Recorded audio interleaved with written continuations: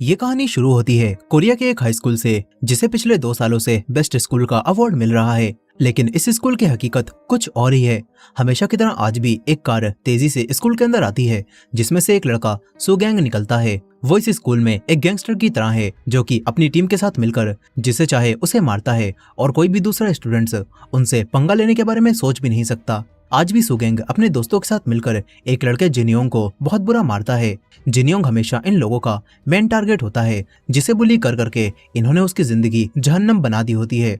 यहीं पर एक और लड़का ब्योंगजिन भी होता है, जो कि सुगैंग को मारकर उसे सबक सिखाना चाहता है, लेकिन कमजोर होने की वजह से वो कुछ भी नहीं कर पाता। सुगैंग अपने दोस्तों के साथ ब्रॉडकास्टिंग रूम में जिनियोंग को पिटवाता है और उसकी आवाज पूरे स्कूल को सुनाकर कहता है कि जो भी मेरे खिलाफ जाएगा उसका यही हाल होगा।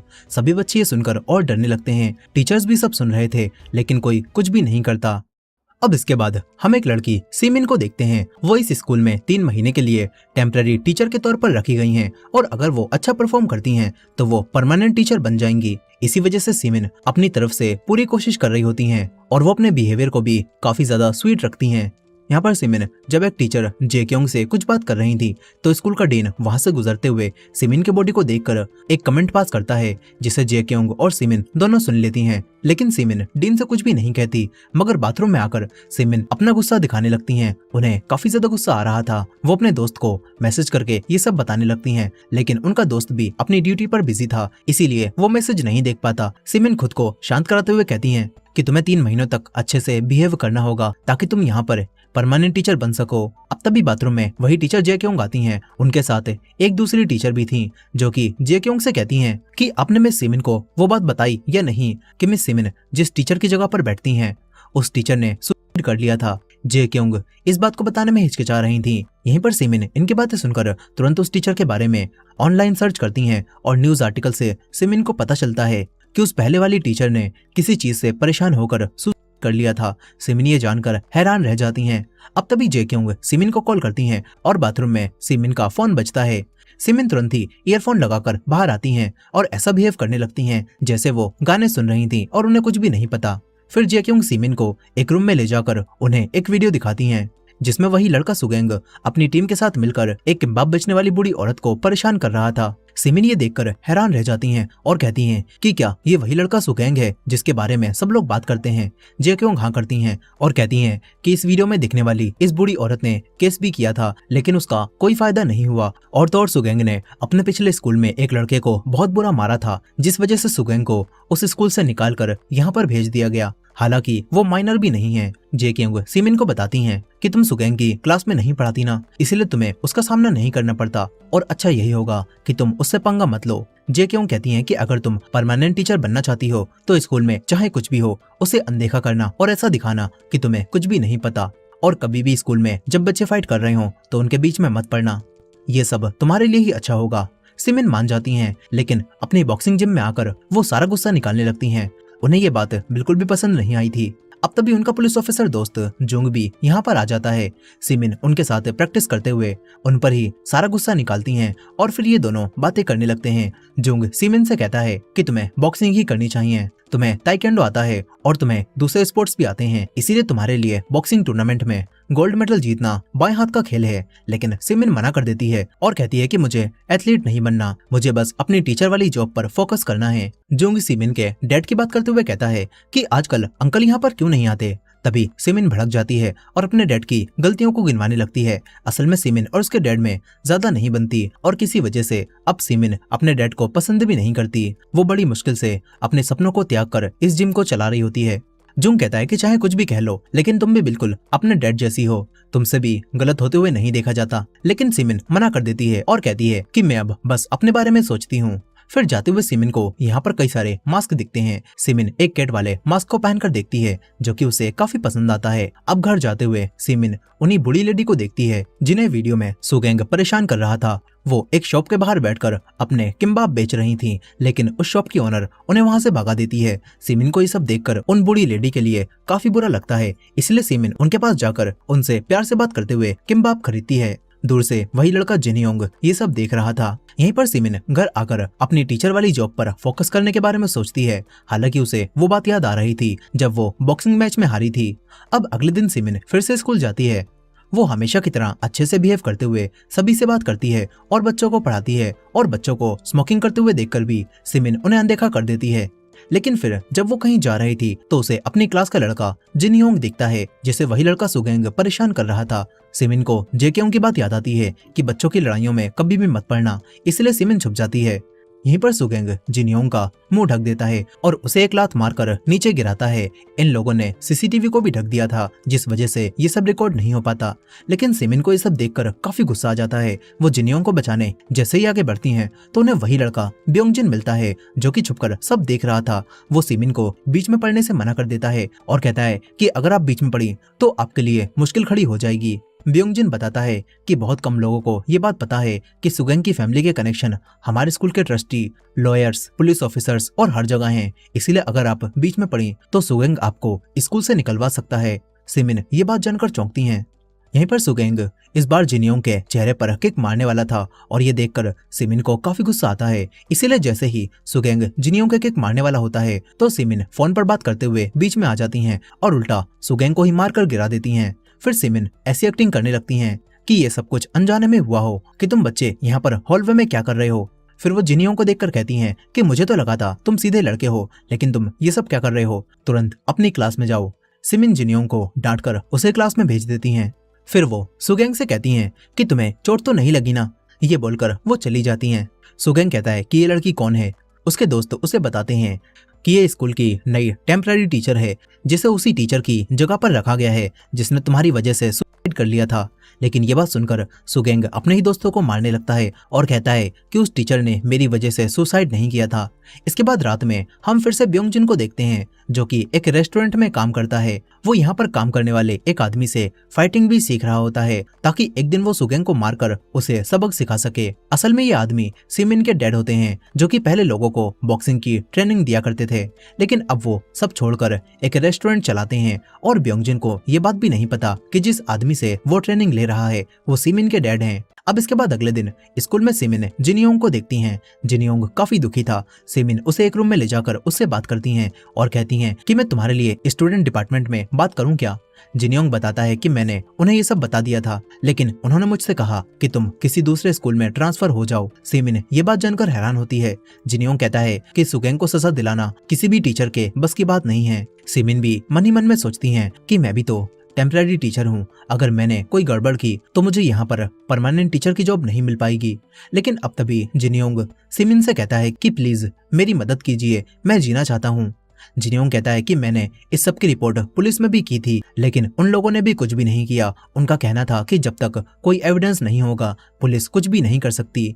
जिनयोंग कहता है कि फिर पुलिस को बुलाने की वजह से उन लोगों ने दोबारा मुझे मारा भी था और उनकी एक साथी मिंक्यू ने इस सब की वीडियो भी बनाई थी। अब तभी सिमिन उससे पूछती है कि वैसे तुम किसी दूसरे स्कूल में ट्रांसफर क्यों नहीं हो रहे हो। जिनयोंग को ये सुनकर बुरा लगता है। सिमिन को तुरंत ही एहसास हो जाता है कि उन्होंने जो कहा वो गलत था। वो माफी मांगती हैं। जिनयोंग कहता है कि मैंने कुछ भी गलत नहीं किया है और ना ही किसी का कुछ बिगाड़ा है, इसीलिए मैं स्कूल नहीं छोड़ूंगा और ना ही स्कूल बदलूंगा। जिनयोंग रो रहा होता है और यहीं पर दो लड़के इन दोनों के साथ में एक फोटो ले लेते हैं। इसके बाद सिमिन जिनयोंग की परेशानी के बारे में जेक्योंग से भी बात करती हैं, लेकिन जेक्योंग कहती हैं कि इस सबसे तुम्हारी जॉब खतरे में पड़ जाएगी। सिमिन उदास होकर अपने घर लौटती है। उसके पास उसी लड़के सुगेंग की माँ के भेजे हुए केक भी होते हैं। उन्होंने पूरे स्कूल में हर टीचर को केक भेजे होते हैं और सारे टीचर मजे लेकर उस केक को खा रहे थे। सिमिन भी केक खाने लगती है और सोचती है कि मैं जिनयोंग की कोई मदद नहीं कर सकती, आखिर मेरी जॉब भी तो खतरे में पड़ सकती है। लेकिन तभी उसे वही पल याद आता है जब वो बॉक्सिंग टूर्नामेंट में किसी वजह से हार गई थी और तभी उसके डैड ने उसे बहुत डांटा था और कहा था कि आज के बाद तुम मेरी बेटी नहीं हो। सिमिन उसी पल को याद करके अगले दिन सुगेंग और उसके दोस्तों के पास आती है। सिमिन सुगेंग से कहती है कि मुझे तुमसे कुछ बात करनी है। सिमिन उससे कहती है कि तुम्हें दूसरे बच्चों को परेशान नहीं करना चाहिए। तभी सुगेंग सिमिन के एक पंच मारने वाला होता है, लेकिन वो रुक जाता है और सिमिन के कान में आकर कहता है कि भाड़ में जा तू। सिमिन निराश होकर लौट आती है और तभी उसके पास एक मैसेज आता है। वो भागती हुई स्टाफ रूम में आती है जहां सभी टीचर्स को मैसेज मिल रहे थे। दरअसल किसी टीचर ने एजुकेशन डिपार्टमेंट की वॉयलेंस कमेटी को रिपोर्ट कर दी थी, जिसमें इस स्कूल में चल रही बुलिंग और सुगेंग के बुरे बिहेवियर के बारे में बताया गया था। और इसीलिए अब डीन गुस्से में आता है और सारे टीचर्स से कहने लगता है कि ये किसने किया। सुगेंग की माँ भी तुरंत ही अपने लॉयर के साथ यहाँ पर आ जाती हैं। सारे स्टूडेंट ये देखकर चौंक जाते हैं क्योंकि सुगंग की माँ का खुद यहाँ पर आना काफी बड़ी बात थी। यहीं पर सुगंग की माँ सभी टीचर से पूछती हैं कि मेरे बेटे के खिलाफ रिपोर्ट किसने की। उनका लॉयर कहता है कि ये case criminal code article number 307 के अंडर आता है और अगर इसमें वो टीचर दोषी पाया गया यानी कि उसकी बात गलत हुई तो उसे 5 साल की कैद और 10 मिलियन वॉन का जुर्माना भरना पड़ेगा। ये बात सुनते ही सिमिन के होश उड़ जाते हैं क्योंकि उसी ने ये रिपोर्ट की थी। मगर तभी जे क्योंग लॉयर से कहती है कि अगर वो टीचर सही हुई तो ऐसा कुछ भी नहीं होगा और ये बात भी क्रिमिनल कोड के अंदर आती है। लॉयर कहता है कि हाँ आपकी बात ठीक है, इसीलिए हम बात करके इस मामले को सुलझा सकते हैं। वो लॉयर सुगंग की मॉम से कहता है कि अभी हम कोई एक्शन नहीं ले सकते, लेकिन ये बात सुनकर सुगंग की मॉम लॉयर को ही मारने लगती हैं और जेक्योंग को देखकर सुगंग की मॉम कहती हैं कि तूने ही इस बार भी रिपोर्ट की है ना, तूने जब पिछली बार रिपोर्ट की थी तो हमने बात करके मामले को सुलझा लिया था और तब तुमने दोबारा रिपोर्ट करने से मना किया था, तो अब क्या हुआ। सुगंग की मॉम जेक्योंग से कहती हैं कि तुझे अपनी नौकरी प्यारी नहीं है क्या। जेक्योंग कहती हैं कि आप जैसा सोच रही हो वैसा कुछ भी नहीं है। डीन उन्हें शांत होने के लिए कहता है, लेकिन सुगंग की मॉम डीन पर ही चिल्लाती हैं और कहती हैं कि अगले साल तुझे प्रिंसिपल बनना है ना, तो जल्द से जल्द उस टीचर को ढूंढकर मेरे पास ला। अब तभी सिमिन घबराकर घुटनों पर बैठ जाती है और सुगंग की मॉम से माफी मांगने लगती है और कहती है कि मुझसे गलती हो गई। सुगंग की मॉम उसे मारती है और डीन से कहती है कि इसे स्कूल से अभी ही निकाल दो। सुगंग भी जिनियोंग को पकड़कर ये सब दिखा रहा था। अब इसके बाद सुगंग डीन और अपनी मॉम से अकेले में बात करता है और डीन से कहता है कि उस टीचर सिमिन को स्कूल से मत निकालना, क्योंकि अगर वो चली गई तो मैं उसके साथ और नहीं खेल पाऊंगा। डीन मान जाता है। यहीं पर रात में सिमिन उदास बैठी हुई थी, तभी जुंग उसके पास आता है। सिमिन उससे सुगंग के बारे में बात करती है, लेकिन जुंग बताता है कि हम कोई एक्शन नहीं ले सकते क्योंकि हमारे पास उसके खिलाफ कोई एविडेंस नहीं है और अगर बिना एविडेंस के जिनियोंग ने केस किया तो उल्टा उस पर ही बदनामी का केस हो जाएगा। सिमिन दोबारा उदास हो जाती है। अब तभी सिमिन को उसके डैड दिखते हैं। सिमिन के डैड उससे बात करते हैं, लेकिन सिमिन उन पर ही चिल्लाकर चली जाती है। इसके बाद जब वो शॉप पर बैठकर खाना खा रही थी तभी सुगंग अपनी पूरी टीम के साथ यहाँ पर आ जाता है। ये लोग सिमिन को परेशान करने लगते हैं। सुगंग कहता है कि तुझे मेरी वजह से ही स्कूल से नहीं निकाला गया, इसीलिए अब से तुझे मेरी बात माननी होगी। सुगंग सिमिन को पकड़ लेता है और उसकी साथी मिंग्क्यू इस सब की वीडियो बनाती है। इसके बाद सुगंग सिमिन को धमकाकर यहाँ से चला जाता है। सिमिन को गुस्सा तो बहुत आता है, लेकिन जेक्योंग ने उससे कहा था कि अगर हमने कुछ किया तो उल्टा हम लोग ही फंस जाएंगे, हम कुछ भी नहीं कर सकते। सिमिन उदास होकर जाने लगती है। तभी एक आदमी उससे टकरा जाता है। सिमिन उससे माफी मांग लेती है, लेकिन वो आदमी कुछ ज्यादा ही गुस्सा दिखाने लगता है। वो सिमिन को मारता है और कहता है कि तेरी हिम्मत कैसे हुई मुझे धक्का मारने की, देखकर नहीं चलती क्या। सिमिन मन ही मन में सोच रही थी कि क्या मैंने इतनी बड़ी गलती कर दी, क्या किसी को बचाने की कोशिश करना बहुत बुरा है। सिमिन को सुगंग पर काफी गुस्सा आ रहा था और क्योंकि ये आदमी सिमिन को मार भी रहा था, इसीलिए अब सिमिन और बर्दाश्त नहीं करती। वो इस आदमी को एक जोरदार किक मारती है और फैसला कर लेती है कि अब वो जुल्म को और नहीं होने देगी। सिमिन तुरंत भागती हुई जिम जाने लगती है। इधर दूसरी तरफ सुगंग अपनी टीम के साथ बास्केटबॉल खेल रहा था, तभी दूसरी टीम के लड़के से वो टकरा जाता है, जिसके बाद इनके बीच में फाइट शुरू हो जाती है। वही लड़का ब्योंगजिन ऑर्डर लेकर आया था, लेकिन फाइट देखकर वो तुरंत निकल लेता है और सिमिन भी छुपकर ये फाइट देख रही थी। वो सुगंग को सबक सिखाने के लिए वही केट वाला मास्क पहनकर अपना रूप बदल लेती है और फाइट के बीच में कूदकर सुगंग को मारने लगती है। सुगंग और सिमिन के बीच में एक काफी तगड़ी फाइट शुरू हो जाती है, जिसमें सिमिन अपनी फाइटिंग स्किल्स का इस्तेमाल करते हुए सुगंग को काफी बुरा मार रही थी। सुगंग भी फाइट में काफी अच्छा था और वो सिमिन को मार रहा था। ब्योंगजिन और जिनयोंग दोनों पहली बार सुगंग को पिटता हुआ देख रहे थे और सिमिन सुगंग के एक जोरदार पंच मारती है, जिसे देखकर सुगंग के सारे दोस्त भी हैरान रह जाते हैं क्योंकि आज पहली बार वो किसी से हारा था। अब तभी पुलिस यहाँ पर आ जाती है और पुलिस को देखकर सभी लोग भागने लगते हैं। सिमिन का पुलिस ऑफिसर दोस्त जुंग सिमिन को मास्क पहने हुए भागता हुआ देखता है और उसे पहचान जाता है। यहीं पर सिमिन काफी खुश होने लगती है क्योंकि सुगंग को सबक सिखाकर उन्हें सुकून मिला था और ब्योंगजिन भी ये देख लेता है कि उस मास्क के पीछे उनकी टीचर सिमिन थी, जिन्होंने अभी अभी सुगंग को सबक सिखाया। अब इसके बाद अगले दिन जब सिमिन स्कूल पहुंचती है तो पूरे स्कूल में ये बात फैल चुकी थी कि कैट मास्क वाले एक आदमी ने सुगंग को बहुत बुरा मारा है और ये बात जानकर टीचर से लेकर स्टूडेंट तक सभी लोग खुश थे और सोच रहे थे कि सुगंग के साथ तो ऐसा ही होना चाहिए। हालांकि सुगंग के सामने सभी लोग उससे अब भी डरते हैं, लेकिन जब वो अपनी क्लास में पहुंचता है तो देखता है कि किसी ने उसकी डेस्क पर कैट्स बना दी हैं। सुगंग डेस्क को फेंक देता है और पूछता है कि ये सब किसने किया, खुद ही सामने आ जाओ। लेकिन तभी जेक्योंग और दूसरे टीचर यहाँ पर आकर बात को संभाल लेते हैं। सुगंग गुस्से में चला जाता है। वो काफी गुस्से में था और सोच रहा था कि वो मास्क वाला बंदा आखिर कौन है। ये लोग अब गुस्से में दोबारा जिनयोंग को बुली करने का प्लान बनाते हैं। इसके बाद रात में जब ब्योंगजिन रेस्टोरेंट में काम करते हुए अपने टीचर को सिमिन के बारे में बताता है तो उसे पता चलता है कि रेस्टोरेंट के ओनर सिमिन के डैड हैं। वहीं पर सिमिन मास्क पहनकर काफी खुश हो रही थी, लेकिन जुंग उससे कहता है कि मैंने तुम्हें उस दिन तुरंत ही पहचान लिया था। तुम एक टीचर हो और तुम ये मास्क पहनकर स्टूडेंट्स को नहीं मार सकती।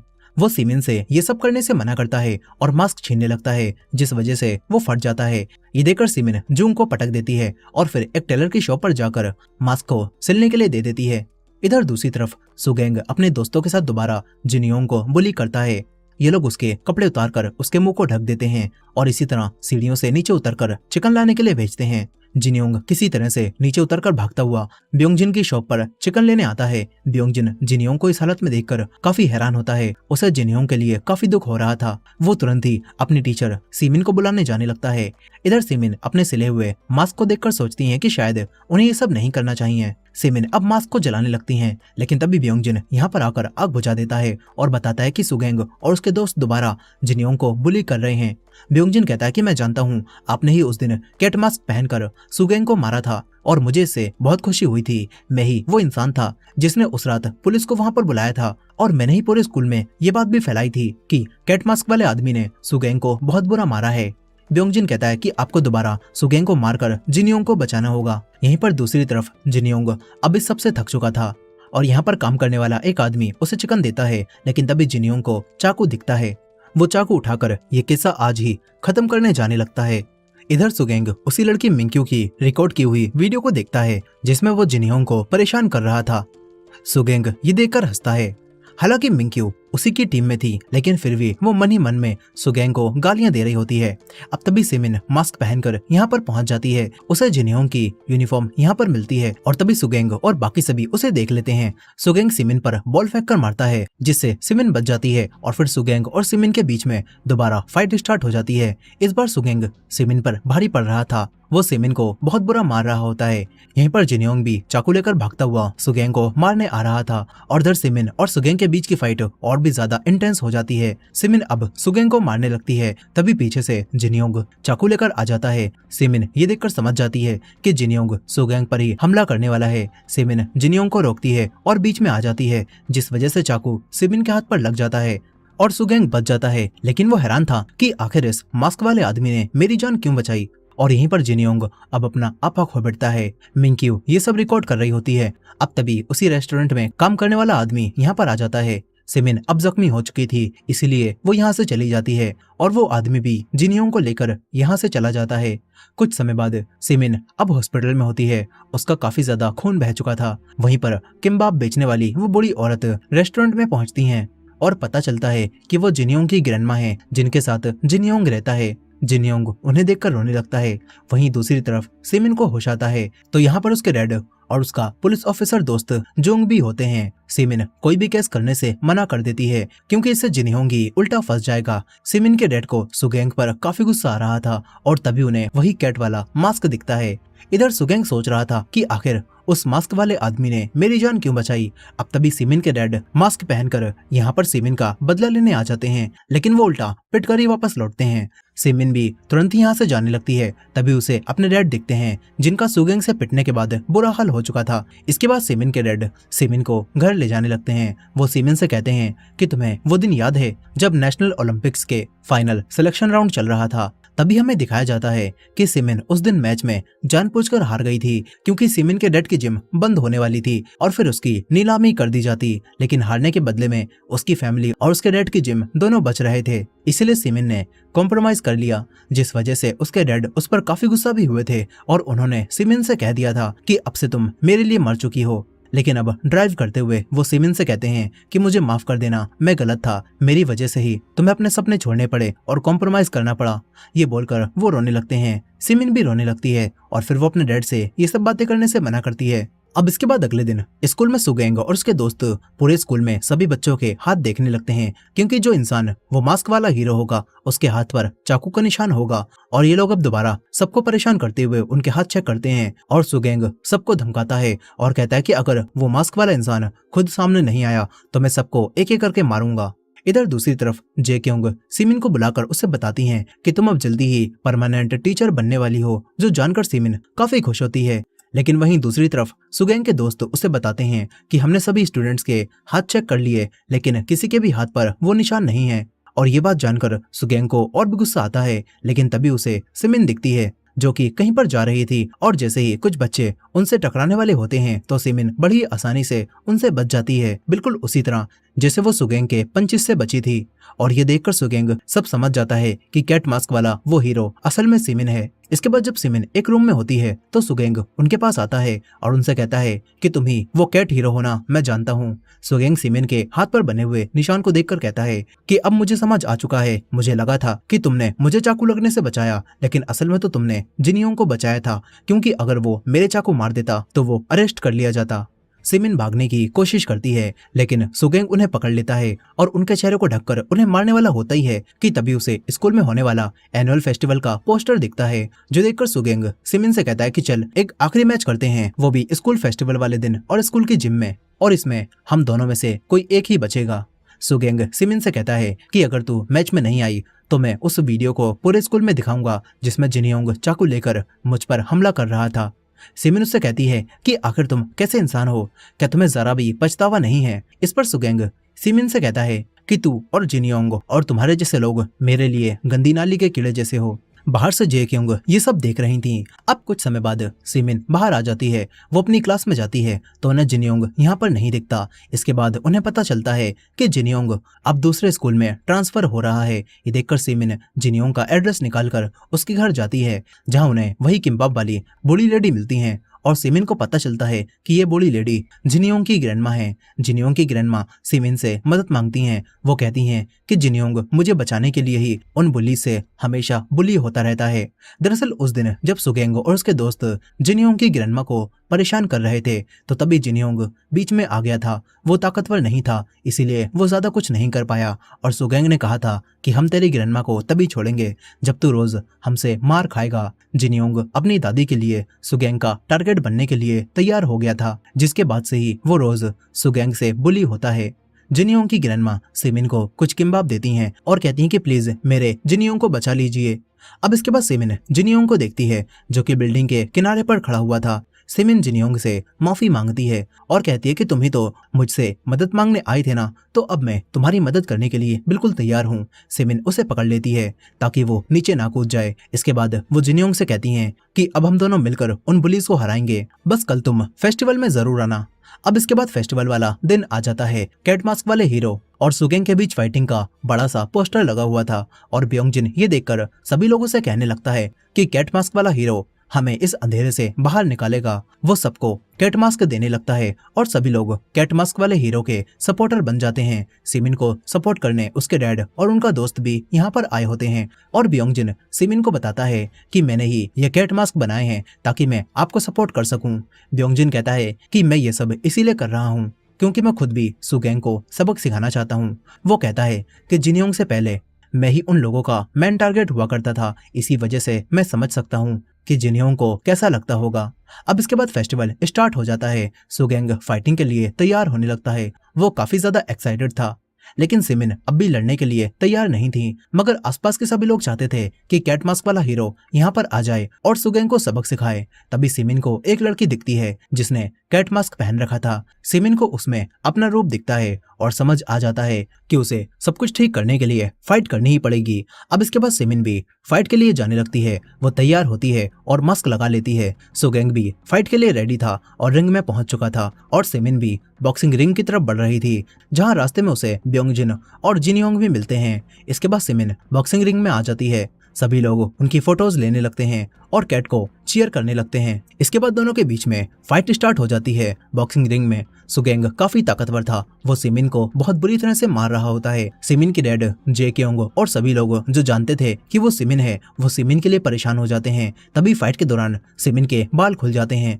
और सबको पता चलता है कि ये तो असल में एक लड़की है। सुगेंग सिमिन को बहुत बुरा मार रहा था, लेकिन सभी लोग अब भी सिमिन को ही चीयर कर रहे होते हैं और इसी चीज को देखते हुए सिमिन सुगैंग से फाइट बैक करती है और उसे मारने लगती है। सिमिन उसे बहुत बुरा मारती है और उसके चेहरे पर एक जोरदार किक मारकर उसे कमजोर कर देती है। सिमिन उसे मारने के बाद सबके सामने अपना मास्क हटा देती है और सभी लोग ये देखकर हैरान रह जाते हैं कि ये तो टीचर सिमिन है। मगर ये देखकर भी किसी का भी हौसला नहीं टूटता। सभी सिमिन का नाम लेकर उसे चीयर करने लगते हैं और सुगैंग को मारने के लिए कहते हैं। फिर semen full boxing fighting mode में आकर सुगैंग को मारने लगती है। स्कूल का डीन बीच में आकर इस फाइट को रोकने की कोशिश करता है, लेकिन वो खुद ही नीचे गिरकर बेहोश हो जाता है। अब इसके बाद सिमिन सुगैंग को मारकर रिंग से बाहर फेंकती है और सुगैंग को घुटनों पर लाकर कहती है कि जिन योंग से माफी मांग। लेकिन सुगैंग अब भी माफी मांगने से इनकार कर देता है और जिन योंग कहता है कि मुझे तेरी माफी की जरूरत नहीं है, तू पहले ही सबसे हार चुका है। ये बोलकर जिन योंग यहाँ से चला जाता है। सिमिन भी जाने लगती है, लेकिन तभी सुगैंग दोबारा उन पर हमला करता है, मगर सिमिन उसके एक फाइनल किक मारकर उसे बेहोश कर देती हैं। फिर सब खत्म होने के बाद जिन योंग हिम्मत जुटाकर बिना डरे सुगैंग के खिलाफ एक ऑफिशियल रिपोर्ट दर्ज करवाता है और तभी मिंग्यू, जो कि सुगैंग की टीम में थी, वो भी यहाँ पर आ जाती है। दरअसल वो जानबूझकर सुगैंग के साथ थी और उसने सुगैंग की सारी करतूतों की वीडियोस रिकॉर्ड कर ली थी ताकि उन्हें वो एविडेंस की तरह यूज कर सके। और मिंग्यू पुलिस को वो वीडियोस दे देती है, जिसके बाद एविडेंस होने की वजह से सुगैंग को अरेस्ट कर लिया जाता है और सुगैंग भी अपने क्राइम्स को एक्सेप्ट कर लेता है और अब भी वो माफी मांगने से मना कर देता है। वहीं पर सिमिन अपने डैड के जिम में कई लोगों को ट्रेनिंग देने लगती है, वो भी डांसिंग की। खैर इसके बाद सिमिन एक नए स्कूल में टीचर की जॉब की अप्लाई करने जाती है। यहाँ पर भी एक स्टूडेंट ने किसी वजह से अपनी जान ले ली थी और अब तभी सिमिन के सामने एक लड़की कार से बाहर निकलती है। उसका एटीट्यूड भी बिल्कुल बुलीज वाला था। सिमिन अब अपना इंटरव्यू देती है और साथ ही उसके पास उसका कैट वाला मास्क भी था, यानी कि वो अब भी तैयार है बुलीज को सबक सिखाने के लिए। और इसी एंडिंग के साथ ये कहानी यहाँ पर खत्म हो जाती है। दोस्तों आपको ये मूवी कैसी लगी कमेंट करके जरूर बताइएगा, और ये वीडियो पसंद आई हो तो वीडियो को लाइक करके हमारे चैनल को भी सब्सक्राइब कर लीजिएगा। मिलते हैं नेक्स्ट वीडियो में।